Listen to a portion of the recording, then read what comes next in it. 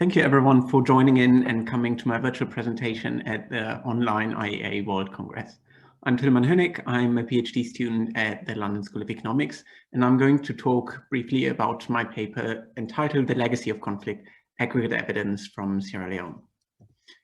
So the motivation for this project is the simple fact that violent conflict is an ongoing major global challenge. If you just look at the last decade, about a fifth of the countries worldwide experienced civil war, and the death toll in the same time period is almost 1 million people.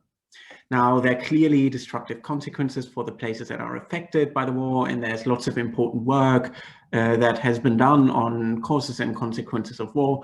But there's still two issues that are poorly understood because these are issues that existing analysis have a hard time getting at. And these two issues are the following. The first one is that we still have a poor understanding of the long-run aggregate effect of conflict on an economy. We often just look at a kind of reduced form effect on the places that are affected relative to the places that are not or less affected.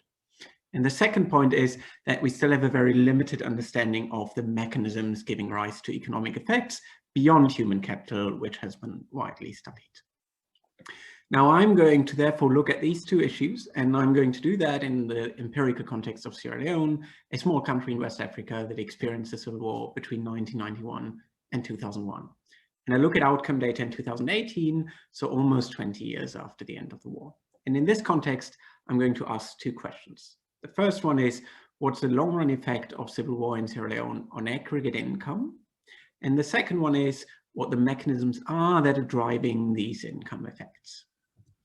Now, to answer these questions, I'm basically proceeding in 3 steps in this project. The first one is a kind of reduced form effect analysis, very much along the lines of what has been done many times in the literature.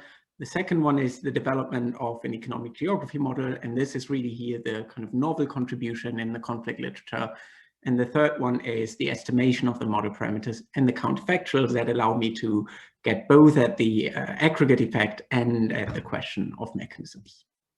Now, in the reduced form analysis, I basically look at the impact of conflict on worker income, on sector allocation, and the sector allocation in the places that were affected by the war. I use a victimization index as a measure of conflict, and I instrument for conflict. I use distance to the Liberian border as an instrument for conflict, and the motivation for this instrument is that Liberia in the beginning of the war was very heavily involved in the Sierra Leonean rebel movement, and therefore the distance to the Liberian border highly predicts conflict intensity in the country. It is also within small districts plausibly exogenous, and I have a whole range of tests and checks that verify that this instrument can create plausibly exogenous variation of conflict. Now, using this instrument, I identify effects on worker income and sector allocation, and I can also look at education, which is observed in the data, and I show that losses in human capital are one reason why income goes down, and in terms of the sector allocation, people are more likely to work in agriculture. Now, there are two shortcomings to this analysis.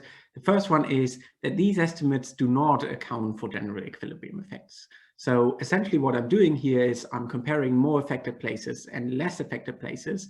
And even if I do this basically using the instrument which creates exogenous variation, there might be important general equilibrium effects such as spillover effects. Consider the following simple example. Let's say there are 2 locations. Location 1 is affected by conflict, location 2 isn't. Now, if as a result of war hitting location 1, people start leaving location 1, and it's the most productive people who leave location 1 and move to location 2 and stay there. Now, if after the war I compare the 2 locations in terms of income, I'm not only capturing the direct effect of conflict, I'm also capturing the fact that the most productive people have left location 1 and now live in location 2. So in this simple example, I would kind of overestimate the direct effect of conflict because I'm also capturing this kind of selective migration. The second shortcoming is that can only look at mechanisms which are directly observed in the data. So to address these two shortcomings and get at other mechanisms and also be able to estimate an aggregate income effect of the war, I then, in a second step, develop an economic geography model. The economic geography model is basically shown in its elements in this little diagram here. So I think of 3 potential mechanisms of war, 3 factors that could be affected by the conflict. The first one is human capital, to capture what I already observed in the reduced form. The second one are firm productivities in each sector. And the third one are location amenities. And if conflict affects human capital or firm productivities or location amenities, this has both direct implications on income and indirect implications. So if you take firm productivities as an example, in the model, if firm productivities in one sector, say the non-agricultural sector, go down relative to the agricultural sector, well, the direct effect on income is that workers in the non-agricultural sector will earn less because their wages go down. The indirect effect is that as a result of this productivity effect, people will also change the sector, and therefore the sector composition in the country changes and aggregate income is different. Another indirect channel is through the spatial allocation of labor. If firm productivities in a particular place go down as a result of conflict, people will start leaving that place, and therefore the spatial allocation of labor will change, and this has implications for aggregate income as well.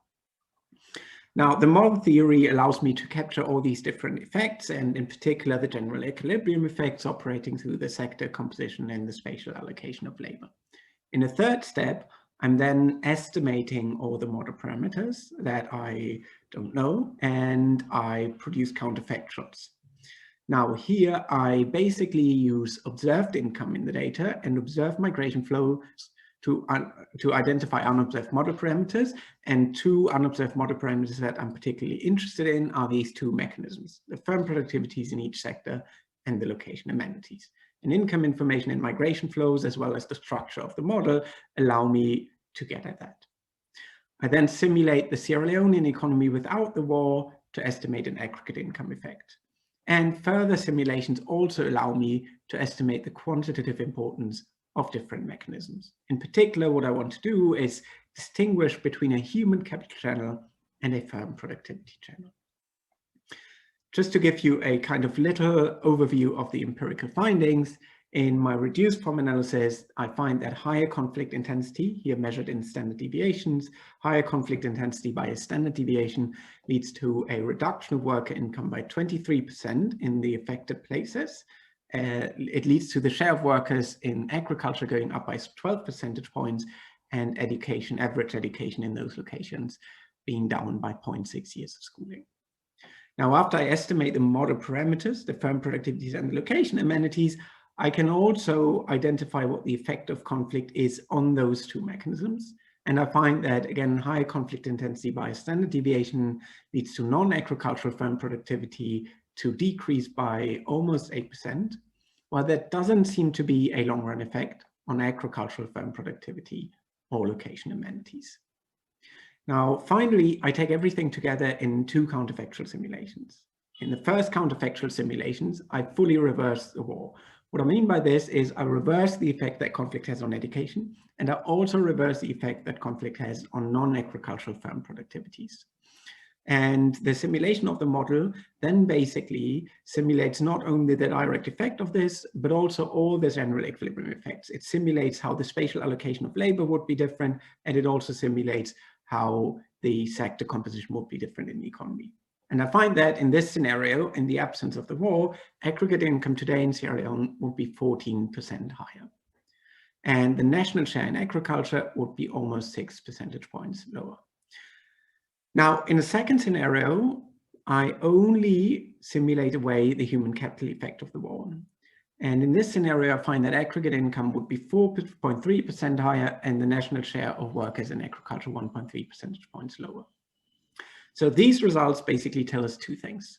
The first is that as opposed to the human capital effect, the firm productivity effects seems to be quite important. The human capital channel can explain about 1/3 of the total effect, while 2/3 of the remaining 2/3 of the total effect must come from the reduction in firm productivities. If I compare the aggregate result here to the reduced form result, so if I wanted to infer an aggregate measure from the reduced form result, I would have to scale it up. So the effect would be even higher than 23%. And if I compare that to my estimation coming out of the model, I also see that my aggregate effect from the model is much lower. And that suggests that indeed selective migration seems to play a major role. Indeed, it seems to be the case that the productive people are leaving the conflict-affected places. So if I compare more and less affected places by conflict, I'm not only capturing the direct effect of conflict, but also selective migration.